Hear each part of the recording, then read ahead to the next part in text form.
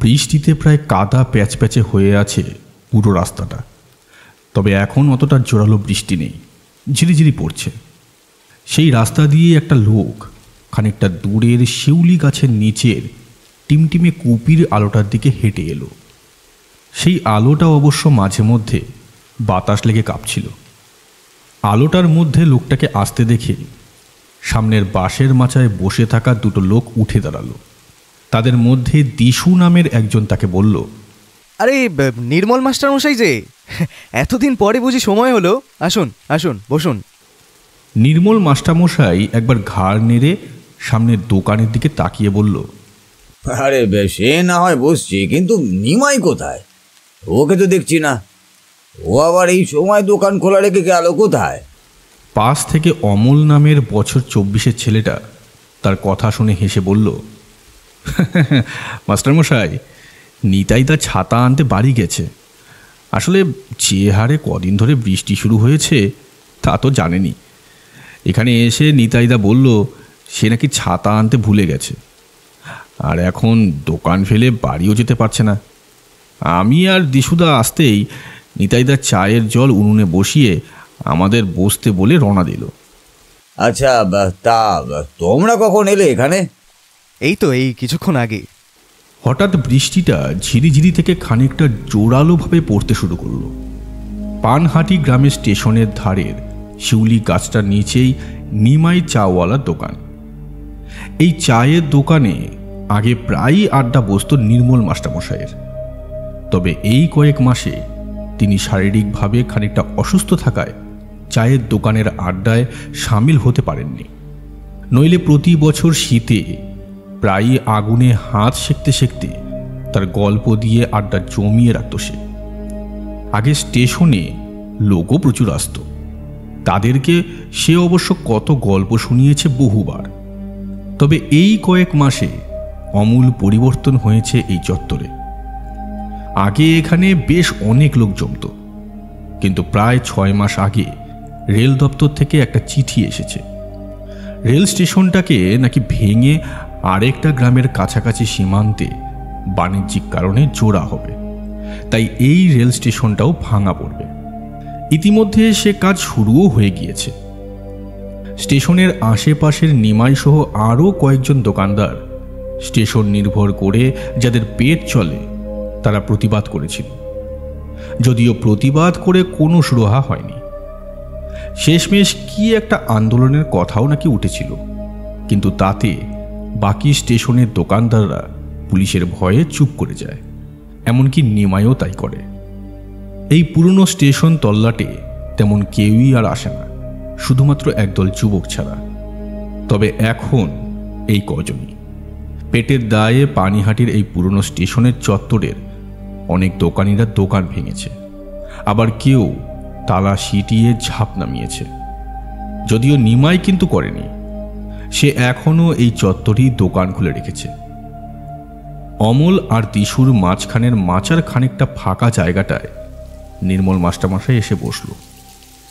তারপর একবার অন্ধকারে সামনের ভাঙা জামরুল গাছটাকে দেখে বলল, এটাও কালকে ঝড়ে পড়ে গেল।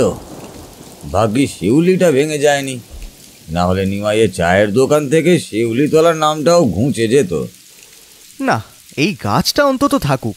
শরৎকালের পর যখন শীত পড়তে শুরু করে তখন এই শিউলি ফুলের গন্ধের সাথে মাস্টারদার গল্প শোনাটা, সেটার কোনো তুলনাই হয় না।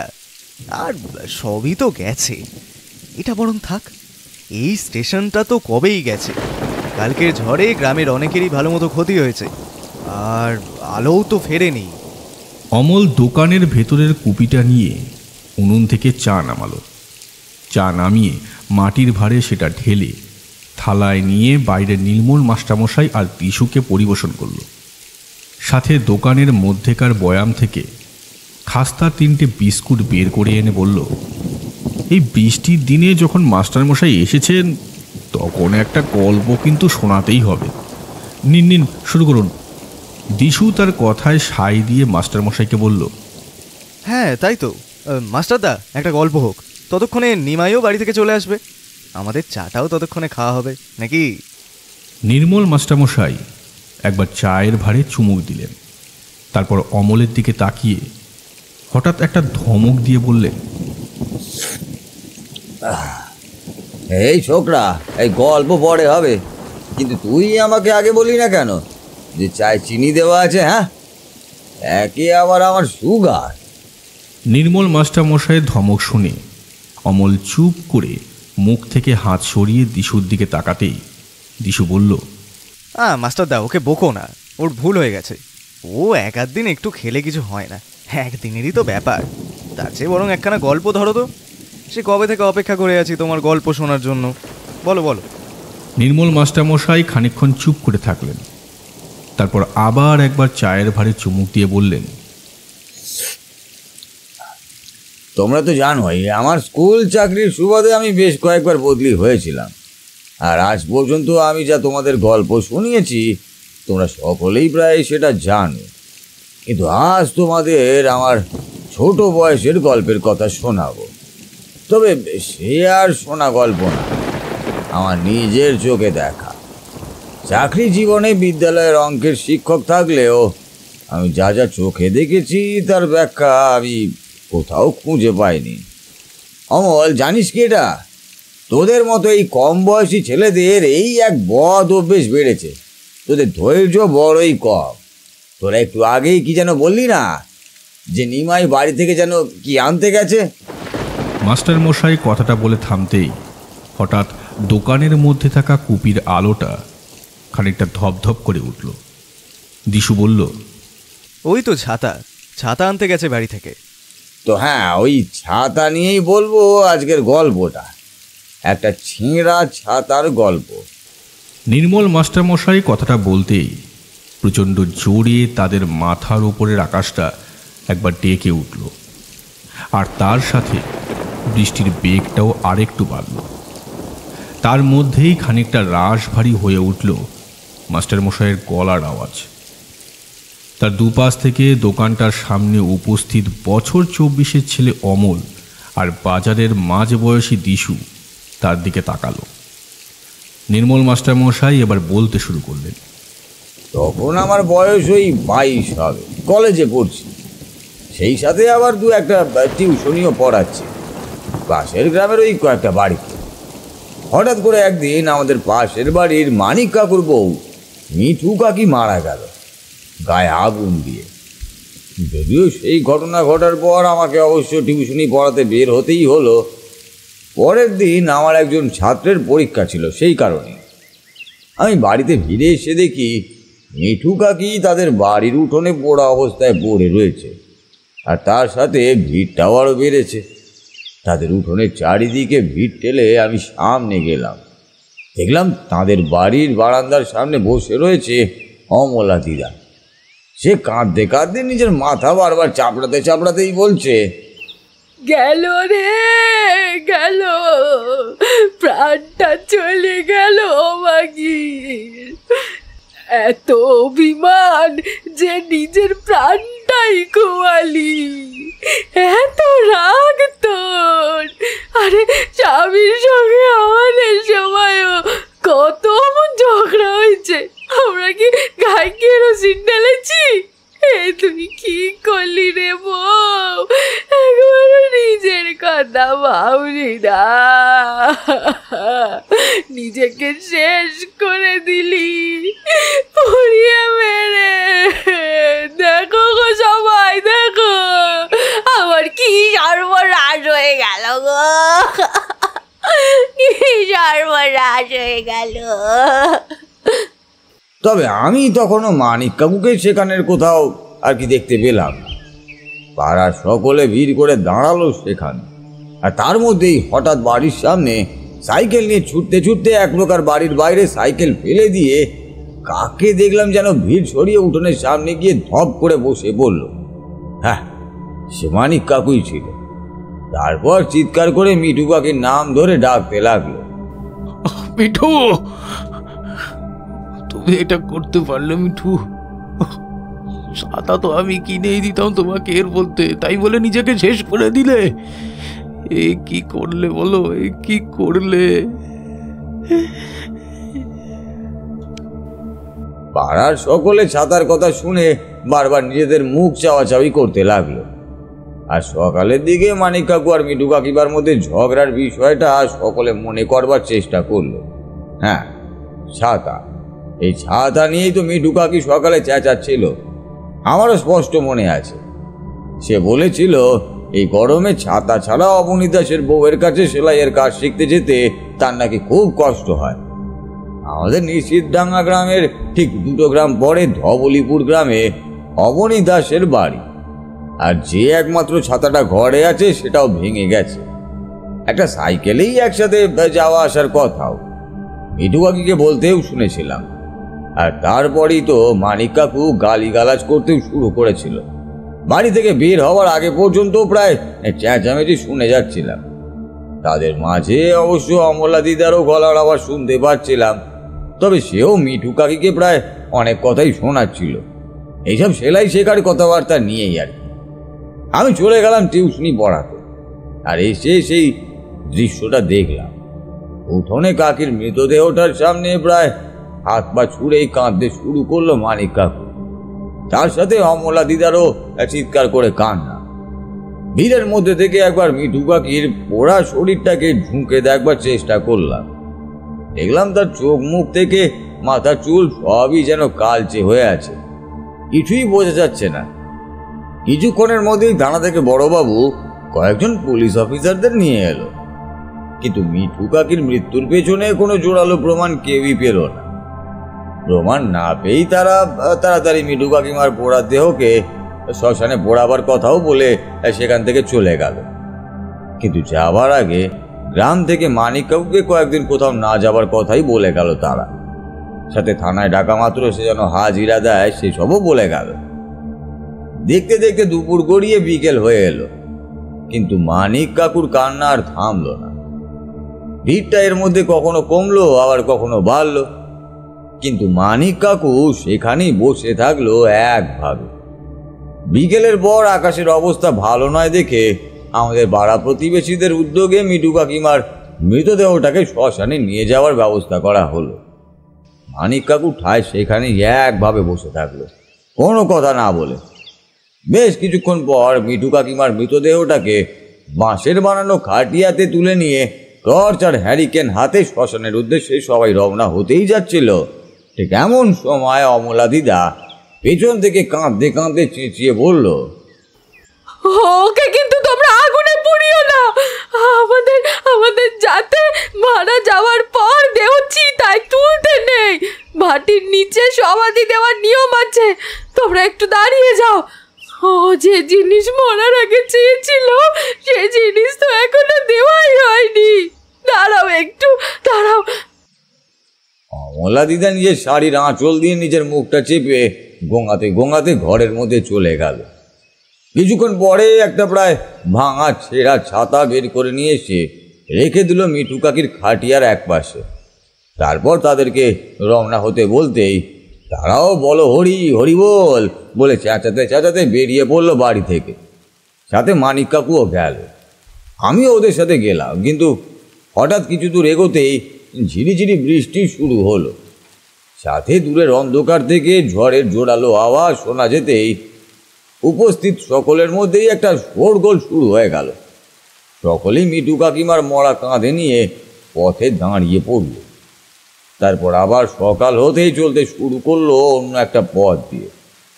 আমি তো কিছুই বুঝতে পারছিলাম না।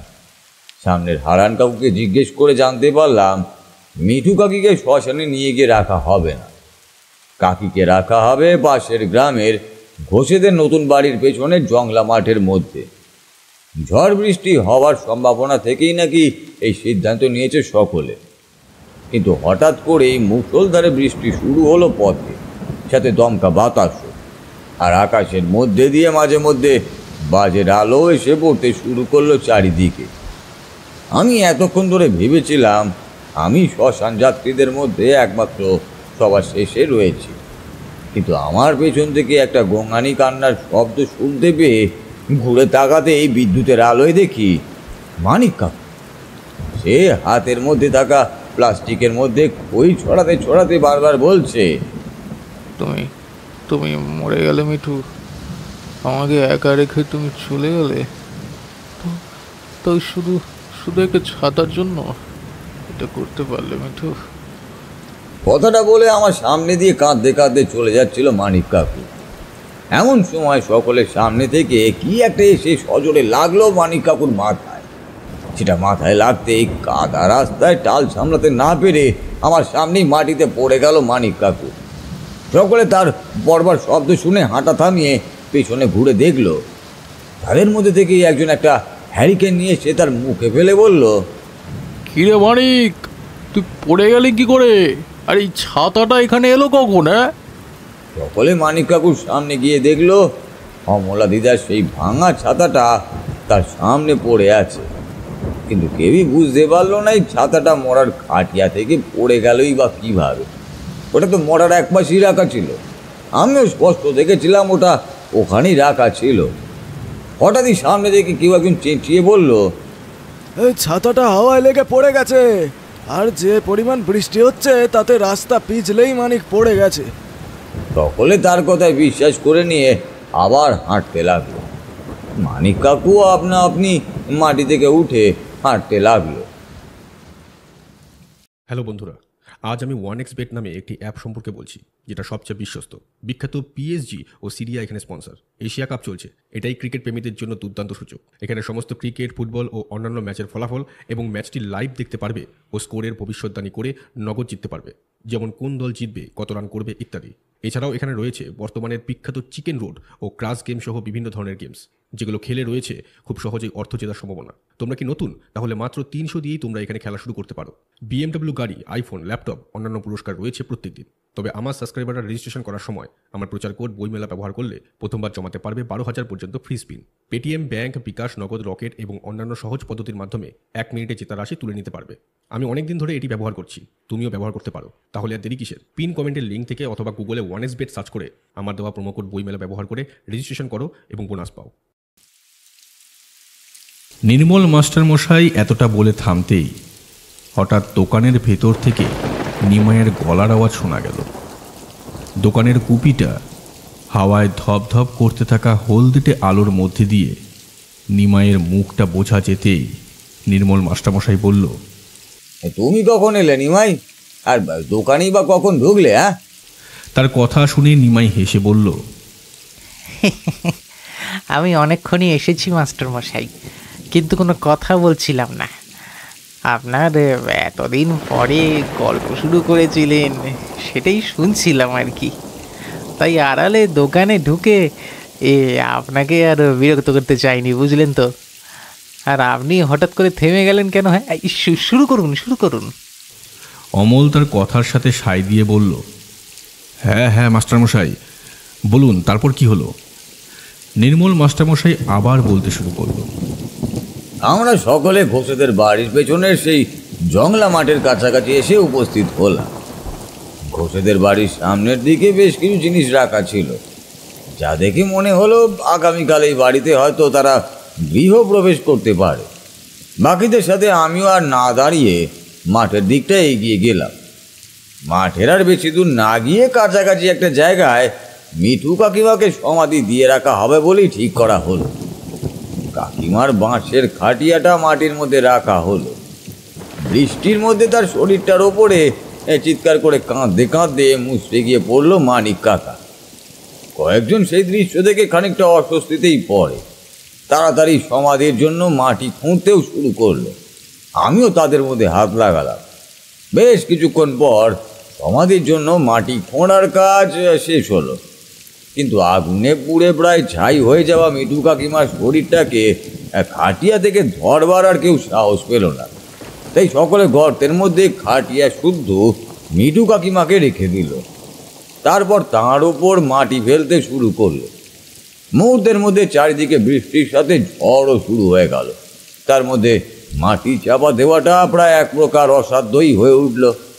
কিছুক্ষণের মধ্যে কাকিমাকে সমাধি দেওয়ার জন্য সেই খোঁড়া গর্তটায় জলে ভরে উঠতেই খাটিয়াটা গর্ত থেকে ওপরের দিকে বেরিয়ে এলো। আর তারপর আকাশ ভেদি একটা বিদ্যুতের আলোয় দেখলাম মিঠু কাকিমার একটা হাত খাটিয়া থেকে সামনের দিকে বেরিয়ে এসেছে। আর শুধু আমি কেন, আমার সঙ্গে থাকা সকলের সামনে সেই দৃশ্য দেখা যাচ্ছিল। সকলে সেই দৃশ্য দেখে চিৎকার করতে করতে মাঠ ছেড়ে যে যার মতো পালিয়ে যেতে লাগলো, কিন্তু একমাত্র মানিক কাকু আমার পেছনে বসে তখনও কেঁদে যাচ্ছিল। মাঠ থেকে সকলকে হুড়োহুড়ি করে চলে যেতে দেখেও সে কিছুই বলল না। আমিও সেই দৃশ্য দেখে দৌড়ে চলেই যাচ্ছিলাম, কিন্তু ঠিক এমন সময় মানিক কাকুকে আমার দিকে দৌড়ে আসতে দেখলাম, কিন্তু সে দৌড়তে দৌড়তে আমার কাছে এসে দাঁড়ালো না, কোথায় একটা সামনের অন্ধকারে চলে গেল। আমিও দৌড়ালাম তার পিছু নিয়ে, কিন্তু খানিকটা এগোতেই মানিক কাকুর জোরে চেঁচাবার আওয়াজ শুনতে পেলাম। সে বলছে, কোথায় কোথায় গেল ওটা? ওটা কোথায় গেল? আমি প্রথমে বুঝলাম না যে মানিক কাকু ঠিক কি খুঁজছে, কিন্তু তারপরে তার মুখ থেকে ছাতার কথাটা শুনতেই সবটাই যেন আমার কাছে পরিষ্কার হয়ে গেল। তাহলে কি মৃতদেহের খাটিয়াটা থেকে যে ছাতাটা পড়ে গেছিল সেটা আর মাঠে কেউ নিয়ে যায়নি? কিন্তু কাকু এটা নিতে এখানে এলোই বা কেন?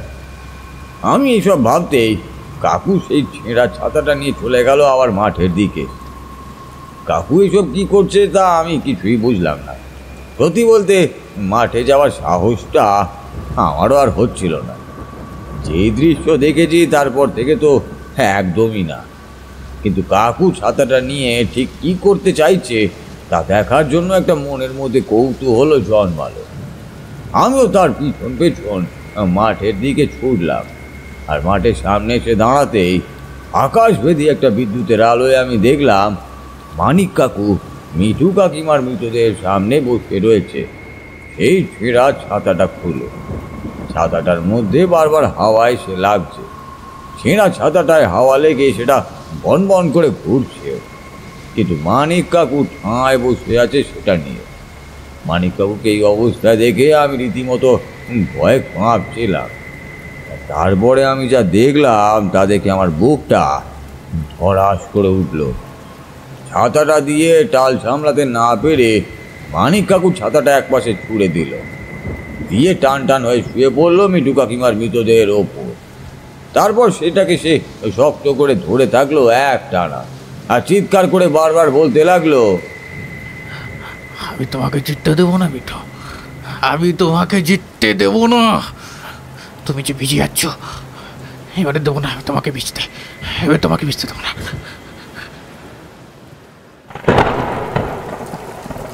হঠাৎ আকাশভেদী বিদ্যুতের একটা আলো দোকানের সামনে এসে কোথাও একটা সজোরে পড়তে নির্মল মাস্টারমশাই চুপ করে গেলেন। বৃষ্টির মধ্যে একটা দমকা বাতাসে উপস্থিত সকলেই কেমন শীতলতা অনুভব করল।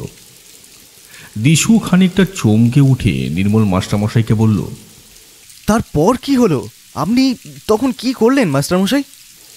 নির্মল মাস্টারমশাই কিছু বলতেই যাচ্ছিল, কিন্তু তার আগেই দোকানের ভেতর থেকে নিমাই চেঁচিয়ে বলল, কি আবার হবে, মাস্টারমশাই সেখান থেকে পালিয়ে গেলেন। নিমাইয়ের মুখের দিকে হতভম্বের মতো তাকিয়ে নির্মল মাস্টারমশাই বলল, তুমি কি করে জানলে যে আমি সেখান থেকে পালিয়ে গিয়েছিলাম? মাস্টারমশাইয়ের কথা শুনে একবার হো হো করে হেসে উঠে নিমাই বলল, অনুমান করলাম মাস্টারমশাই, আপনার তখনকার অবস্থা শুনে তো বোঝাই যাচ্ছিল যে আপনি আর সেখানে এক মুহূর্ত দাঁড়াবেন না। আর তারপর বলুন না কি হলো? আসলে আপনার গল্পের কথাই না মাথায় ঘুরপাক খাচ্ছিল, তাই নিজেই ভেবে বলে দিয়েছি। নিমাইয়ের কথাটা মাস্টারমশাইয়ের স্বাভাবিক লাগলো। হয়তো সে সত্যিই তার গল্পে মশগুল হয়ে খানিকটা অনুমান করেছে। তারপর মাস্টারমশাই বলল, হ্যাঁ ঠিক, আমি আর সেই দৃশ্য দেখে এক মুহূর্ত দাঁড়ালাম। আর তাছাড়া চারিদিকে তখন কেউই আর ছিল না। রাতে বহুবার নিশি পাখির ডাক শুনেছি, কিন্তু এই দুর্যোগের রাতে চারিদিকে দাপিয়ে বেড়াচ্ছে বৃষ্টির জোরালো শব্দ। আর তার মধ্যেই আমি কাঁপতে কাঁপতে সেখান থেকে দৌড়তে লাগলাম। রাস্তাটা পিছলা থাকায় কয়েকবার পড়েও যাচ্ছিলাম, কিন্তু কোনো মতে টাল সামনে দৌড়চ্ছি আমি। ঠিক এমন সময় কি একটা জানি আমার সামনে দিয়ে প্রচণ্ড জোরে ছুটে গেল। আমি প্রথমে বুঝলাম না সেটা কি, কিন্তু পরে সেটা বিদ্যুতের আলোতে স্পষ্টভাবেই দেখলাম ওটাই সেই কালো ছিঁড়া ছাতাটা। কিন্তু ছাতাটা আমার সামনের রাস্তার মাঝখানে ঠিক খুলে পড়ে আছে কিভাবে, আমি তা কিছুই বুঝলাম না। যে সেটা আপনা আপনি আমার দিকে দৌড়ে এলোই বা কেন? হঠাৎ এই ছাতাটা একটু একটু করে তেড়ে আসতেই আমি সেই ছাতাকে পাশ কাটিয়ে জোরে জোরে দৌড়তে লাগলাম। ছাতাটাকে পেছনে ফেলে দিতেই বৃষ্টির বেগটা যেন আরও দ্বিগুণ হয়ে গেল। কয়েকবার পেছনে ঘুরেও তাকালাম, কিন্তু বেশিক্ষণ আর তাকিয়ে থাকতে পারলাম। ছাতাটা সেই এক অবস্থায় আমার দিকে তেড়ে আসছে।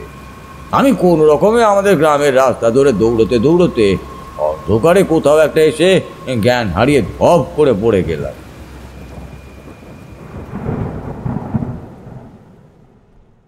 পরের দিন যখন আমার জ্ঞান ফিরল, তখন আমি দেখলাম আমি রঘু ঠাকুর মশাইয়ের বাড়ির মন্দিরের সামনে পড়ে রয়েছি, আর সেখানে গ্রামের অনেকেই আমাকে ভিড় করে দাঁড়িয়ে রয়েছে। সবাই আমাকে গতকাল রাতে কি হয়েছিল তা জিজ্ঞেস করলো। আমি সবটাই বললাম, কিন্তু কেউই আমার কথায় বিশ্বাস করতে চাইল না। আর তার মধ্যেই সকলের মাঝখানে মানিক কাকুর হঠাৎ বলা কথাগুলো শুনে আমি বেশ হতভম্বই হয়ে গেলাম। মানিক কাকু আমাকে বলল, এসব তুই কি উল্টোপাল্টা বকছিস নির্মল? আমি তো সকলের সঙ্গেই ফিরে এসেছিলাম, আমি আবার ছেঁড়া ছাতা নিয়ে কখন ওখানে বসে থাকলাম? আর কি বলছিস কি এসব? কখনো মরা মানুষ নড়ে নাকি? হ্যাঁ, আর আমরা সবাই পালালামই বা কখন? সে তো প্রচণ্ড ঝড় বৃষ্টির জন্য সেখানে দাঁড়ানো যাচ্ছিল না বলে আমরা বাধ্য হয়ে তোর কাকিকে ওখানে ওভাবে রেখে চলে আসি। আর তুই কোথায় ছিলি? হ্যাঁ, আমি তো তোকে দেখিনি।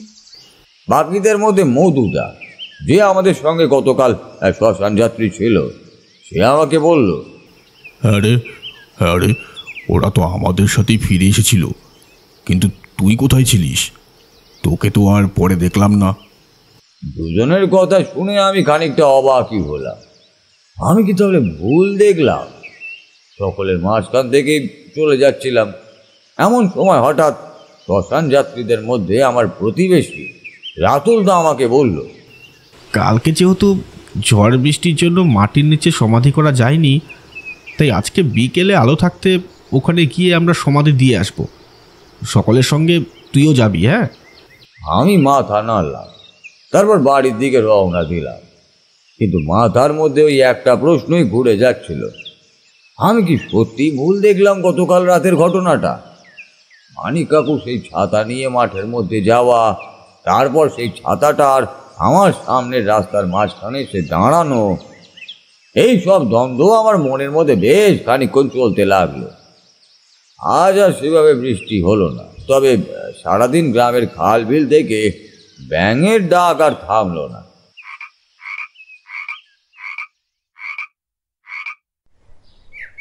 দেখতে দেখতে বিকেলও গড়িয়ে এলো। আমরা গতকাল যারা যারা ছিলাম তারা একসঙ্গে আবার সেই জংলা মাঠের মধ্যে এসে জড়ো হলাম। কিন্তু একটা জিনিস দেখে আমার খুব অদ্ভুতই লাগলো। এই ছেঁড়া ছাতাটা মিঠু কাকির মৃতদেহটার পাশেই রাখা ছিল। মাঠের ঘাসগুলো সবই ভেজা, তার মধ্যেই আগের গর্তটার থেকে খানিকটা দূরে গর্ত খোঁড়ার কাজ শুরু হলো। তারপর কাকির মৃতদেহটা খাটিয়া শুধু নিয়ে এসে সেটা মাটির নিচে রেখে মাটি চাপা দিয়ে সমাধি দেওয়া হলো। আর মাটি চাপা দেওয়ার কাজ শেষ হতেই মানিক কাকু আবারও একবার গুঙিয়ে কাঁদতে লাগলো। কাঁদতে কাঁদতে সমাধির মাটির ওপরে খানিকটা গর্ত করে সেই ভাঙা ছাতাটা বসিয়ে দিল মানিক কাকু, দিয়ে বলল, মিঠু, এই ছাতার নিচে শুয়ে থাকো তুমি তো আমাকে ছেড়ে চলে গেল গো মিঠু। মানিক কাকু কথাটা বলে চিৎকার করে কাঁদতে লাগলো। বেশ কিছুক্ষণ পর দিনের আলোটা নিভে আসতেই কয়েকজন মিলে তাকে সেখান থেকে তুলে নিয়ে গেল। আমরা সকলেও ধীরে ধীরে সেখান থেকে চলে গেলাম। একবার যেতে যেতে আমি পেছন ফিরে তাকালাম সেই সমাধির দিকে, আর সেটার দিকে তাকাতে হাঁটতে হাঁটতে দাঁড়িয়ে পড়লাম। আমি দেখি সমাধির ওপরের ছাতাটা হাওয়া বাতাস ছাড়াই আপনা আপনি নড়ছে। আমি সে কথা বাকিদেরকে বলতেই যাচ্ছিলাম, এমন সময় ছাতাটাকে আবার স্বাভাবিক অবস্থাতেই দেখতে পেলাম সেখানে।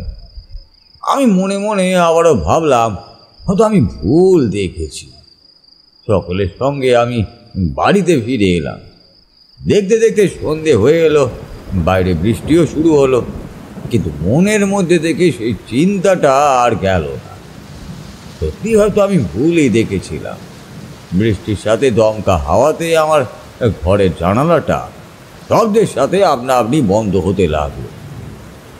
আমি জানালাটা আটকাতে যেতেই ওপারে মানিক কাকুর বাড়ির দিকে আমার চোখ চলে গেল। বাইরে হলদে বাল্বটা শুধু জ্বলছে। বোধহয় এতক্ষণে অমলা দিদা আর মানিক কাকু শুয়ে পড়েছে, আর রাতটাও তো কম হলো না। সেদিক থেকে চোখ সরিয়ে জানালাটা আটকাতে যাচ্ছিলাম, ঠিক এমন সময় দেখলাম বৃষ্টিতে ভিজতে ভিজতে মানিক কাকু কোথায় একটা বেরিয়ে যাচ্ছে। আমি মানিক কাকুকে একবার ডাকলাম, কিন্তু বৃষ্টিটা জোরালো হচ্ছিল বলে হয়তো সে ঠিক মতো আমার আওয়াজটা শুনতে পায়নি। মানিক কাকু কোথায় যাচ্ছে তা দেখার জন্য আমি বারান্দায় এসে দাঁড়ালাম, কিন্তু আমার মনের মধ্যে একটা খটকা হলো। মানিক কাকু এত রাতে কোথায় যাচ্ছে, তা আবার বৃষ্টিতে ভিজে ভিজে?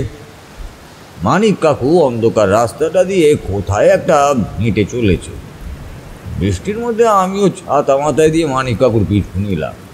তারপর হাঁটতে লাগলাম তাকে এক প্রকার অনুসরণ করে। বৃষ্টির সাথে মাঝে মধ্যে বিদ্যুৎও পড়ছে, কিন্তু মানিক কাকু যে থামছেই না, সে হেঁটেই চলেছে একবারও। মানিক কাকু যেদিকে জোরে জোরে হেঁটে যাচ্ছিল সেই রাস্তাটা একেবারে যেন খানিকটা আমার চেনা চেনাই লাগলো। এটা তো সেই জংলা মাঠে যাওয়ার রাস্তাটা, কিন্তু এত রাতে মানিক কাকু সেখানে যাচ্ছে কেন, তাও এভাবে বৃষ্টিতে ভিজে ভিজে? মানিক কাকু ঘোষালদের বাড়ির পেছনের দিকে রাস্তা ধরে মাঠের মধ্যে কাকিমার সমাধির সামনে গিয়ে পা মুড়ে বসে বলল। বিদ্যুতের আলোয় স্পষ্ট দেখলাম, কিন্তু কাকিমার সমাধির ওপরে থাকা সেই ছেঁড়া কালো ছাতাটাকে কোথাও আর আমি দেখতে পেলাম না। হয়তো হাওয়াতে উড়ে গেছে, যা বেহাল দশা হয়েছিল ওটার। কিন্তু আমি একবার ভাবলাম কাকার সামনে গিয়ে কাকাকে জিজ্ঞাসা করি যে সে কেন এত রাতে এখানে এসেছে। কিন্তু পরক্ষণে সে যে ঠিক কী করতে চাইছে বোঝার জন্য আমি সেখানেই চুপ করে দাঁড়িয়ে থাকলাম। হঠাৎই আমার পেছন থেকে একটা শীতল হাতে স্পর্শ পেলাম। সেই সময় পেছনে ঘুরে তাকাতেই দেখি মানিক কাকু আমার পেছনে দাঁড়িয়ে রয়েছে। আমি চমকে উঠলাম তাকে আমার পেছনে দাঁড়িয়ে থাকতে দেখে। মানিক কাকু তো আমার সামনেই দাঁড়িয়ে ছিল, তাহলে সে আমার পেছনে সেই বা কখন দাঁড়ালো? আমি মানিক কাকুকে বললাম, তুমি এখানে কখন এলে কাকু? তুমি তো ওখানে বসেছিলে, আর তোমার মাথায় এটা কেন? মানিক কাকুর মাথার ওপরে সেই ছেঁড়া ছাতাটা রয়েছে, আর সেটাকে সে ধরে আছে দেখে আমার কথা বারবার জড়িয়ে আসতে লাগলো। আমি থেমে গেলাম। আমি থেমে যেতেই মানিক কাকু কেমন একটা ঠোঁটে বাঁকা হাসি এসে আমাকে বলল, বেশি প্রশ্ন ভালো না রে নির্মল। যা যা যা, ঘরে ছেলে ঘরে ফিরে যা। তোর কাকি এখন ঘুমাবে। চলে যা চলে যা, এখান থেকে চলে যা, নইলে সে আবার রাগ করবে তো। তোর কাকি এখানে কত কষ্ট পাচ্ছিল জানিস? হ্যাঁ, হয়তো ওর মাথার উপর থেকে এই ছাতাটাই সরে গেছিল, তাই তো মাটির নিচ থেকে ও আমাকে বলেছিল, ডাকলো, বললো মাটির উপরে ছাতাটা আর নেই, আমি ভিজে যাচ্ছি, আমার মাথার উপরে ছাতাটা দিয়ে যাও, আমি ভিজে যাচ্ছি। আর তোর কাকি ডাকলে আমি আসবো না, তা কি করে হয় বলতো? তাই তো এলাম। তুই যা যা যা যা যা। আরে তুই কেন এসেছিস কেন এখানে? আমি রাতে এখানেই তোর কাকির সঙ্গে ছাতার নিচে থাকবো। তুই গিয়ে ঘুমা যা, রাত তো কম হলো না। যা যা যা বাবা যা। মানিক কাকু কথাটা বলে ছাতা মাথায় সামনের দিকে এগিয়ে যাচ্ছিল, কিন্তু এমন সময় আমি তোতলাতেই বললাম, কাকু, কাকি তোমাকে এখানে ডেকেছে মানে? কাকি তো মারা গেছে। তুমি তো নিজেও সকালে আমাকে ওই অবস্থায় দেখে সে কথাই বললে। তোমার কি মনে নেই তাহলে? মানিক কাকু তার মাথার ছাতাটা ফেলে আমার সামনে এসে বিবশ একটা চিৎকার করে বলল, না না, ও মরেনি, ও মরেনি, মরেনি। এই জন্যই তো আমাকে এখানে ডেকেছে। ও আমাকে সব সময় ডাকে, আর ওর ডাক শুনে এখানে না এলে এই ছাতা আমাকে তাড়া করে, আমাকে তাড়িয়ে নিয়ে বেড়ায়। আমি যেখানে যাই সেখানে এই ছাতা আমার সঙ্গে চলে যায়। তোর কাকি আমাকে ডাকে রে নির্মল, তোর কাকি আমাকে ডাকে। তোর কাকি মরেনি, মরেনি তোর কাকি। তোর কাকি আমাকে এখানকার মাটির নিচে থেকে ডাকে, আমাকে এখানে আসতে বলে। চলে যা তুই নির্মল, তুই চলে যা, চলে যা। তোর কাকিকে রাখাস না, চলে যা, চলে যা। কালকেও তোর কাকি তোর উপরে রেগেছিল। তুই ছাতার পিটুনি খেয়েই রঘু ঠাকুমশায়ের বাড়িতে এসে জ্ঞান হারালি রে। তার মানে কাকু তুমি সব জানো, তাহলে তখন তুমি মিথ্যা কথা বললে কেন? মানিক কাকু আর কোনো কথা বলল না। আবার একটা বিদ্যুতের আলোয় দেখলাম কাকু ছাতাটা মাথায় নিয়ে হনন করে এগিয়ে গেল মিঠু কাকিমার সমাধির সামনে। আর সে সেখানে যেতে একটা কালচে প্রকাণ্ড ধোঁয়া আমার দিকে এগিয়ে আসতে দেখলাম। আমি তা দেখে একটু একটু করে সরতে সরতে দৌড়তে শুরু করলাম আমার বাড়ির পথে। সেই কালচে ধোঁয়াটাও ক্রমশ যেন আমার পেছনে ছুটতে লাগলো। আমি মাঠ ছেড়ে যাওয়ার আগে শুধু মানিক কাকুর চিৎকার শুনতে পেলাম। কাকু বলছে, মিঠু, ও ওর কোনো ক্ষতি করো না মিঠু, ও ওর কোনো ক্ষতি করো না। শান্ত হ, শান্ত হ, শান্ত হ। তুমি যা শাস্তি দেওয়ার আমাকে দাও, আমাকে দাও। ও তো কোনো দোষ করেনি, দেখো বাচ্চা ছেলে একটা। কাকুর কথা বলা থামতেই আমি একবার সাহস করে পেছনে তাকালাম, কিন্তু সেই কালচে ধোঁয়াটাকে আমি আর দেখতে পেলাম না। সেটা মিলিয়ে গেছে। আমি আর তবুও থামলাম না, দৌড়াতে দৌড়াতে বাড়ি ফিরে এলাম ছাতা নিয়ে। তারপর ঘরের দরজাটা আটকে ঠক ঠক করে কাঁপতে কাঁপতে বিছানার সামনে গিয়ে বসে বললাম, এসব কি হচ্ছে আমার সাথে? আমি তো কিছুই বুঝছি না। এর জন্যই কি বলে যে বেশি কৌতূহলী হওয়াও ভালো নয়। এই প্রভাবটাই বোধহয় আমার ক্ষেত্রে প্রযোজ্য হলো। আতঙ্কে আর ঘুমোতে পারছিলাম না। কাকার বলা কথাগুলো বারবার কানের মধ্যে ভাসছিল।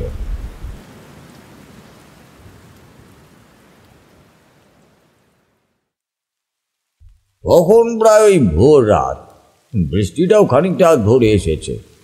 আমার চোখেও ঘুম এসে ঝাপটা মারছে। তার মধ্যেই আমার কানে ভেসে এলো একটা আওয়াজ। আমি চোখ খুলে দেখি আওয়াজটা ঘরের জানালার দিক থেকেই আসছে। কিন্তু এই ভোর রাতে আমার জানালা ধাক্কাচ্ছেই বা কে? আমি উঠে দাঁড়িয়ে জানালাটার সামনে গিয়ে বললাম, কে? কোনো আওয়াজ এলো না। তারপরেই একটা ফিস ফিসে পুরুষালী কণ্ঠস্বর শুনতে পেলাম। গলার আওয়াজটা মানিক কাকু। সে আমাকে বলছে, নির্মল, যা দেখেছিস তুই ভুলেও কাউকে বলবি না, হ্যাঁ? মাথায় থাকে যেন। তোর মিঠু কাকি কিন্তু খুব রেগে যাচ্ছে তোর ওপরে। মাঠের ধারেও যাবি না একা একা, গেলেও কিন্তু তোর কাকি তোকে মেরে ফেলবে। ঘুমোচ্ছিলি না? ঘুমিয়ে পড়, আর এইসব কথা কাউকে বলবি না। কাকু আমাকে কথাটা বলে তার বাড়ির দিকে চলে গেল। ভোরও হয়ে এলো, কিন্তু কাকুর বলা কথাগুলো শোনার পর আমার চোখে আর ঘুম এলো না। এরপর বেশ কয়েকদিন আমি বাড়ি ছিলাম না। মামার বাড়িতে দিদা খুব অসুস্থ হয়েছিল, তাই আমি বাড়িতে ছিলাম না। প্রায় সপ্তাহ দুয়েক পর যখন বাড়িতে ফিরি, তখন মানিক কাকুকে আমি যে অবস্থায় দেখলাম তা দেখবার জন্য আমি একেবারেই প্রস্তুত ছিলাম না। বাড়ির সামনে ভিড়টা দেখে প্রথমে বুঝিনি যে মানিক কাকু মারা গেছে, কিন্তু বুঝলাম না হঠাৎ করে মানিক কাকু মারা গেলই বা কিভাবে। অমলা দিদাকে এতক্ষণ কোথাও দেখতে পাচ্ছিলাম না। হঠাৎ অমলা দিদাকে সবার মধ্যে থেকে কাঁদতে দেখলাম। কাঁদতে কাঁদতে মানিক কাকুর মৃতদেহটাকে জড়িয়ে ধরে বলল, নিয়ে গেল বউটা, নিজেকেও গেল, এবার আমার ছেলেটাকেও গেল। আমার তরতাজা ছেলেটা চলে গেল, আমি কি নিয়ে থাকবো? কি হলো রে তোর? না না না না, সব আমারই ভুল, আমারই ভুল।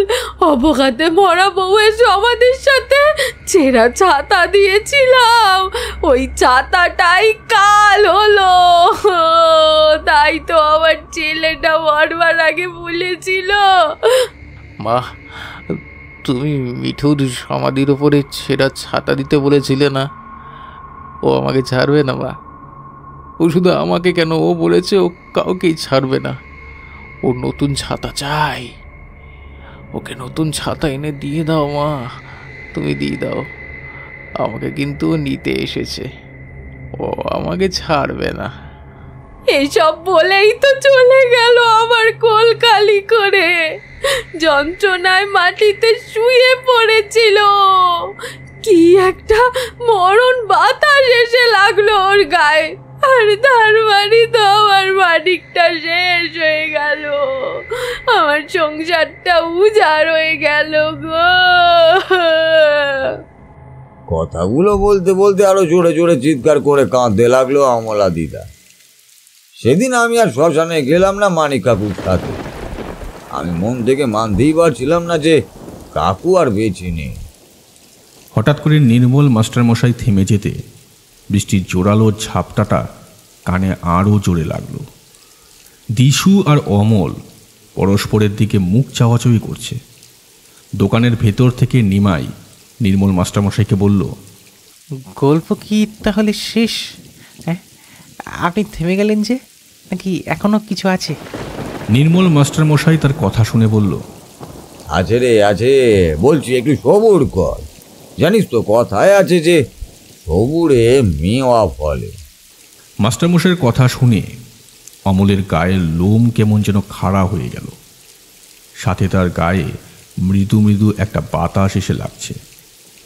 অমল মাস্টারমশাইয়ের দিকে তাকিয়ে কাপা কাপা গলায় বলল, তারপর? মাস্টারমশাই বাইরের দিকে একবার তাকিয়ে আবার বলতে শুরু করলো, সেদিনের পর কয়েকদিন আর কিছুই ঘটল না। মানিক কাকুর শ্রাদ্ধ শান্তিও বেশ ভালোভাবেই মিটল। কিন্তু এরপর হঠাৎই খবর এলো গ্রামে নতুন আসা ঘোষেদের এক বউকে নাকি অজ্ঞান অবস্থায় পাওয়া গেছে তাদের বাড়ির পেছনের একটা মাঠের মধ্যবর্তী জায়গায় থাকা ছেঁড়া ছাতার নিচে। আমিও সকলের মতো সেই স্থানে গিয়ে উপস্থিত হলাম। গ্রামের বাকিদের মতো ঘোষেরাও জানতো না যে তাদের বাড়ির পেছনের সীমান্তে দুজনের সমাধি পাশাপাশি রয়েছে। তার অনুমতি বিনা তার বাড়ির পেছনে সমাধি দেওয়া হয়েছে। এর জন্য তিনিও উপস্থিত সকলের সঙ্গে বেশ রাশভারী গলায় চেঁচিয়ে তর্কও করতে লাগলেন তার বাড়ির পেছনে কেনই বা সমাধি দেওয়া হয়েছে। কিছুক্ষণ পর ঘোষেদের বাড়ির বউয়েরও জ্ঞান ফিরে এলো। তার জ্ঞান ফিরতেই ঠিক কি হয়েছিল সে কথা তার বাড়ির লোক তাকে জিজ্ঞেস করলো। সে শুধু বললো ভোর রাতে উঠোন ঝাড় দেওয়ার সময় একটা ছিঁড়া ছাতা নাকি সে দেখতে পায়, আর তারপর ছাতাটা আপনা আপনি কেমন তাঁর দিকে এগিয়ে আসতে থাকে, আর একটা দমকা বাতাসে ছিঁড়া ছাতাটা এসে গায়ে লাগতেই জ্ঞান হারায় সে। এরপর আর তার কিছুই মনে নেই যে সে কিভাবে বাড়ির পেছনে সেই সমাধির কাছে পৌঁছলো। ভিড়টাও কমে আসতে লাগলো তাদের বাড়ি থেকে। তবে এই ঘটনায় আমাদের গ্রামের সকলেই বেশ খানিকটা দুশ্চিন্তায় পড়ে গেল। সেই ঘটনাকে সকলে ভুলে গেলেও আমি কিন্তু ভুললাম না। আমি জানি কে ঘোষেদের বাড়ির বউকে জংলা মাঠের সমাধির ওখানে নিয়ে গিয়েছে। মিঠু কাকি। মানিক কাকু আমাকে সে কথা আগেই বলেছিল, কিন্তু কাকু আমাকে সে কথা কাউকে বলতেও নিষেধ করেছিল। এর জন্যই তো আমি সে কথা কাউকে বললাম না। কিন্তু হঠাৎ একদিন খবর পেলাম যে কিভাবে জানিস এই ঘোষেদের নতুন বাড়িতে আগুন লেগে গেছে। কাউকে নাকি সেই আগুন থেকে বাঁচানো সম্ভব হয়নি। গ্রামের লোকেরা যদিও ঘোষেদের বাড়ির সব লোকেদের চিৎকার শুনে সেদিকে এগিয়ে গেছিল, কিন্তু তবুও শেষ রক্ষার হয়। আর আগুনে সেই আকাশচুম্বী শিখাকে টানা বারবার জল দিয়েও নিয়ন্ত্রণে আনাও যায়। আমিও সেখানে যাই, কিন্তু চারিদিকে শুধু আগুন আর আগুন। সেই আগুন থেকে আমার চোখ দুটো চলে গেল একেবারে সোজাসুজি খানিকটা দূরে সেই মাঠটার দিকে। দেখলাম মিঠু কাকির সমাধির ওপরে সেই ছিঁড়া ছাতাটা আপনা আপনি দুলছে। গ্রামের অনেকেই সেই দৃশ্যটা দেখতে পেয়ে সেখান থেকে আতঙ্কিত হয়ে চলে গেল। পরের দিন গ্রামের সকলে মিলে পাশের গ্রামের এক তান্ত্রিককে ডেকে নিয়ে এলেন। তান্ত্রিককে সেখানে নিয়ে যেতেই তিনি রাগী চোখে সকলের দিকে তাকিয়ে বললেন, মূর্খ তোরা, চরম দুটো ভুল করেছিস তোরা, যার মাসুল দিতে হলো এই খোসেদের বাড়িকেও। উজড়ে গেল একটা গোটা পরিবার। তোদের প্রথম ভুল ছিল তোরা মরা মানুষের সমাধির ওপরে একটা ছেঁড়া ছাতা দিয়েছিলি। তোরা যখন সকলেই প্রায় জানতিস যে বউটা মরবার আগে একটা ভালো ছাতা চেয়েছিল শুধু, তাহলে কেন ছেঁড়া ছাতা দিলি? হ্যাঁ, একে আগুনে পুড়ে ঝলসে মরেছে ওই অভাগী, তারপরে মরবার পরেও সে যে জিনিস চেয়েছিল সেটাও পায়নি। তাহলে কি আর সে শান্তি পাবে? ওর স্বামীকে ও মেরে ফেলেছে, আর ওকে খুব তাড়াতাড়ি না আটকালে ও মহা সর্বনাশ করে দেবে এই গ্রামের। একে পুড়ে মরা অতৃপ্ত প্রেত, তার মধ্যে নারী, সে বড়ই শক্তিশালী। তান্ত্রিক বাবার কাছে সকলের প্রতিকার চাইতে তান্ত্রিক বাবা সকলের উদ্দেশ্যেই বললেন, একটা মহাযজ্ঞ করতে হবে এখানে, ওই ঘোষেদের বাড়ির সামনের সীমান্ত থেকে। এইখানে থাকা দুটো সমাধির মধ্যে কেবল পুরুষ প্রেতটি মুক্তি পেলেও স্ত্রী প্রেতটি এখনো মুক্তি পায়নি। আমি যজ্ঞের জন্য কি কি সামগ্রী দরকার বলে দেব, আর গতকাল অমাবস্যা তিথির মধ্যে সেই সব জোগাড় করে রাখতেই হবে, না হলে অমাবস্যার পরে সেই নারী প্রেত আরও দ্বিগুণ শক্তিশালী হয়ে উঠবে। তান্ত্রিক বাবার কথা মতো গ্রামের সকলেই প্রায় সবকিছু জোগাড় করে রাখলো, আর তার সাথে বিশেষ একটা জিনিসও, যেটা তিনি যজ্ঞের স্থলে বারবার নিয়ে আসবার জন্য বলেছিলেন, একটা কালো ছাতা। তবে তান্ত্রিক তার প্রয়োজনীয় সব জিনিস পাবার পর আমাদের সবাইকে খানিকটা দূরের রাস্তায় গিয়ে দাঁড়াতে বললেন। তারপর তিনি গোটা মাঠের চারিদিকে বিড়বিড় করে একটা মন্ত্র পড়তে পড়তে একটা লাল জবা ফুল দিয়ে জল ছেটাতে লাগলেন। তারপর দেখলাম তিনি সেই সমাধির সামনে তৈরি করা যজ্ঞবেদীর মধ্যে অগ্নি সংযোগ করে মন্ত্রোচ্চারণ করতে লাগলেন। আর তারপর একে একে যজ্ঞের আগুনের মধ্যে একটা একটা করে উপকরণ ফেলে দিতে লাগলেন। যজ্ঞের আগুনের শিখা যেন প্রায় আকাশ ছুঁয়ে ফেলবে এমন অবস্থা। এমন সময় সেখানে উপস্থিত সকলের কানের মধ্যে ভেসে এলো একটা নারী কণ্ঠের বিভৎস চিৎকার। তার সাথে সাথে দেখলাম মিঠু কাকির সমাধির ভেতর থেকে বেরিয়ে আসছে একটা বড় কঙ্কালের হাত। চারিদিকে ঝোড়ো হাওয়া বইতে শুরু করেছে, কিন্তু তান্ত্রিক সেদিকে কোনো ভ্রুক্ষেপ করলেন না, বরং তিনি আরো জোরে জোরে মন্ত্র পড়তে লাগলেন। মন্ত্র পড়তে পড়তে সেই আনা কালো ছাতাটা খুলে সেই নরকঙ্কালের বেরিয়ে আসা হাতের সামনে ধরিয়ে দিলেন, আর তার সাথে যজ্ঞের জ্বলন্ত আগুনের মধ্যে সমাধির এক পাশে হেলে থাকা সেই ঝিঙ্গার ছাতাটা এনে যজ্ঞের আগুনের মধ্যে ছুড়ে দিতেই সেই যজ্ঞ কুণ্ডের ওপর বিকট একটা কালচে ধোঁয়ার সৃষ্টি হলো। তারপর ধীরে ধীরে সেই কালচে ধোঁয়া এক প্রকাণ্ড ঘূর্ণির আদল নিয়ে আর্তনাদের সুরে আকাশের অন্ধকারে মিশে যেতে লাগলো, আর সেই সমাধির কঙ্কালের হাতও ধীরে ধীরে সমাধির ভেতরে চলে গেল। তান্ত্রিক বাবা আমাদের সবাইকে সেখানে আসতে বলল। আমরা সকলে সেখানে একসঙ্গে ছুটেও গেলাম। তান্ত্রিক বাবা আমাদের সবাইকে বলল, আয় তোরা, এখন বিপদ কেটে গেছে, কোনো ভয় নেই তোদের। ও মুক্তি পেয়েছে, ওর যেটা দরকার ছিল সেটাও ও পেয়ে গেছে, তাই ও আবার ফিরে গেছে। এখন আর কোনো বিপদ নেই। যাও তোমরা, যে যার মতো বাড়ি ফিরে যাও। আর যে ভুল তোমরা করেছিলে আর কখনো এমন ভুল কিন্তু তোমরা করো না। মানুষ মৃত হলেও তার আকাঙ্ক্ষা মরে যায় না, তার শেষ ইচ্ছার জিনিসটুকু তাকে দেওয়া প্রয়োজন। নিজের চোখেই তো দেখলে কি সর্বনাশ হয়ে যাচ্ছিল তোমাদের। যাই হোক, আমার কাজ এখন শেষ। তোমাদের সবার মঙ্গল হোক, মা করালি তোমাদের সবার মঙ্গল করুক। জয় মা। এরপর তান্ত্রিক বাবা সেখান থেকে চলে গেলেন। আমরাও সকলে মা করালির নামে জয়ের ধ্বনিও করলাম। তারপর আর কিছুই ঘটেনি, আর আমাদের নিশিতপুর গ্রামের কেউই এই মাঠের দিকে আর কখনোই যায়নি। এখন এতদিন পরেও গ্রামের বাড়িতে যখন ঘুরতে যাই তখন শুনি যে এখনকার গ্রামের মানুষেরাও নাকি সেই মাঠের দিকে যাতায়াত করে না। একটানা কথাগুলো বলার পর নির্মল মাস্টারমশাই থামলেন, তারপর আবারও বললেন, শুধু একটাই আফসোস, মানিক কাকু আর বাঁচল না। মিঠু কাকি তাকে নিয়ে গেছিল। তবে এতকাল হলেও আমি একটা কথা সব সময় মানি, আর স্কুলের বাচ্চাদেরকেও সব সময় বলি, কাউকে কষ্ট দিও না, তাহলে তোমার ছুঁড়ে দেওয়া কষ্ট তোমার পিছু কখনোই ছাড়বে না। কথাটা বলে থামার পর নির্মল মাস্টারমশাই মাটির ভাঁড়ের মধ্যে থাকা ঠান্ডা চাটা চুমুক দিয়ে খেতেই অমল বলল, তাহলে মাস্টারমশাই মিঠু কাকিমা শুধু একটা ভালো ছাতার জন্য এতগুলো মানুষকে মারল? আপনি তো বললেন ঘোষেদের বাড়ির সবাইও আগুনে পুড়ে মারা গেছে। হ্যাঁ, তবে শুধু ছাতার জন্যে নয়। ওই যে তান্ত্রিক বাবা বলেছিলেন, মানুষের ভেতরে অতৃপ্ত আশা মৃত্যুর পরও বেঁচে থাকে। কাকির মৃত্যুর পরও মুক্তি ঘটেনি, শুধুমাত্র সেই একটা ভুলের কারণ।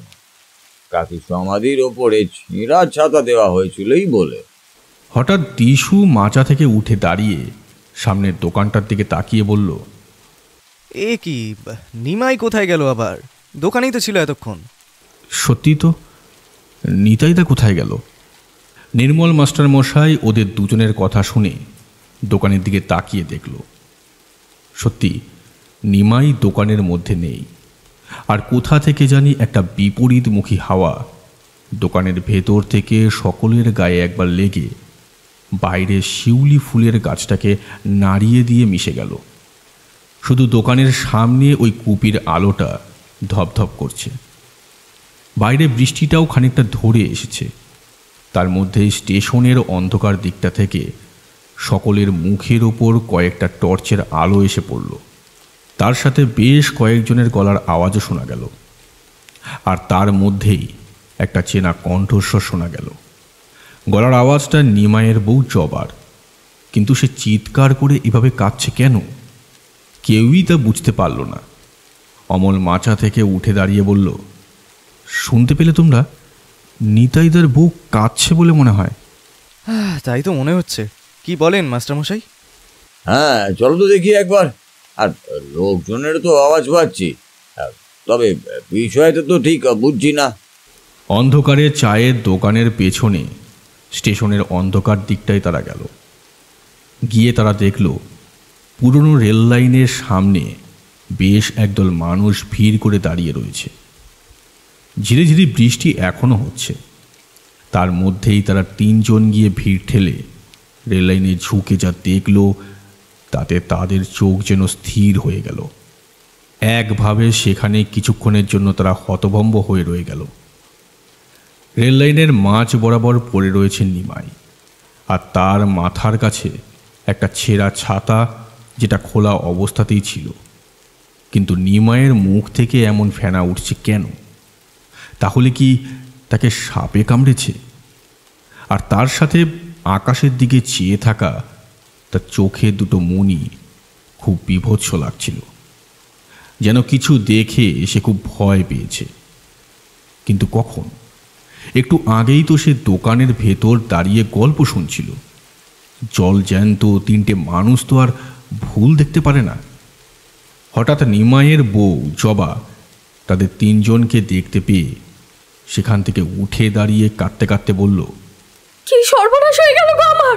হ্যাঁ, ও তো সন্ধ্যের সময় ছাতা নিয়ে বাড়ি এসেছিল। বাড়িতে ওই একমাত্রই ছাতা ছিল, তাও ছেঁড়া। সেটাই নিয়ে গেল। বলল কিছুক্ষণ পরে দোকানে ঝাঁপ নামিয়ে ফিরে আসবে। আমাকে যাওয়ার আগেও বলে গেল। একটা ছাতা কিনতে হবে গো জবা, একটা ছাতা চাই কোনো রকমে। এখন তো দোকানে পৌঁছাই, তারপরে না হয় দেখা যাবে। কিন্তু তারপর যে কি হয়ে গেল কোথা থেকে! কথাটা বলতে বলতে ডুকরে কেঁদে উঠল সে। অমল একবার বলল, হ্যাঁ বৌদি, নিতাইদা ছাতা আনতে বাড়ি গিয়েছিল ঠিকই, কিন্তু সে তো ফিরেও এসেছিল, আর আমাদের সাথে দোকানেও ছিল কিছুক্ষণ আগে। নির্মল মাস্টারমশাই গল্প বলছিল, আমরা সকলে শুনছিলাম, কিন্তু ভিড়ের মধ্যে থেকে একজন চেঁচিয়ে বলল, কি বলছেন এসব উল্টো পাল্টা? তোমাদের সাথে বসে গল্প শুনছিল, দেখছেন না লোকটার শরীর কেমন ফুলে উঠেছে? অনেকক্ষণ আগেই মারা গেছে। নির্মল মাস্টারমশাই আর কোনো কথা বলল না। সে কেবল একভাবে তাকিয়ে থাকলো নিমাইয়ের মাথার সামনে সেই ছেঁড়া ছাতাটার দিকে। হঠাৎ দমকা একটা হাওয়ার সাথে আকাশে মেঘের গুরুগম্ভীর শব্দ হতেই কয়েকজন সেখান থেকে ফিরে যেতে লাগলো। কেবল জবাই তার মৃত স্বামীর সামনে বুকের ওপর ঝুঁকে কাঁদতে লাগলো। আবার মুষলধারে জোরালো বৃষ্টি শুরু হতেই সেই বৃষ্টির সাথে একটা দমকা হাওয়া এসে লাগলো নির্মল মাস্টারমশাইয়ের গায়ে। আর সেই হাওয়ার সাথে তার কানের মধ্যে ভেসে এলো একটা পুরুষ কণ্ঠস্বর। তবে এই কণ্ঠস্বর তার অচেনা নয়। গলার আওয়াজটা নিমাইয়ের। সে তার কানে ফিসফিস করে বলল, মাস্টারমশাই, ছেঁড়া ছাতা সত্যিই ভালো নয়, দেখলেন তো? কথাটা বার কয়েক বলে সে গলার আওয়াজটা থেমে গেল। আর ঠিক তখনই আকাশভেদী একটা জোরালো বিদ্যুতের আলোয় নির্মল মাস্টারমশাই নিমাইয়ের মৃতদেহটার মুখের দিকে তাকালো। দেখল সে মৃদু মৃদু হাসছে, আর তার চোখ দুটো যেন সে ওপর থেকে নামিয়ে তার দিকেই তাকিয়ে রয়েছে। আরও একটা জিনিসও একসঙ্গে মাস্টারমশাই লক্ষ্য করল। নিমাইয়ের মাথার সামনে সেই ছেঁড়া ছাতাটা কোনো হাওয়া বাতাস ছাড়াই আপনা আপনি নড়তে লাগলো।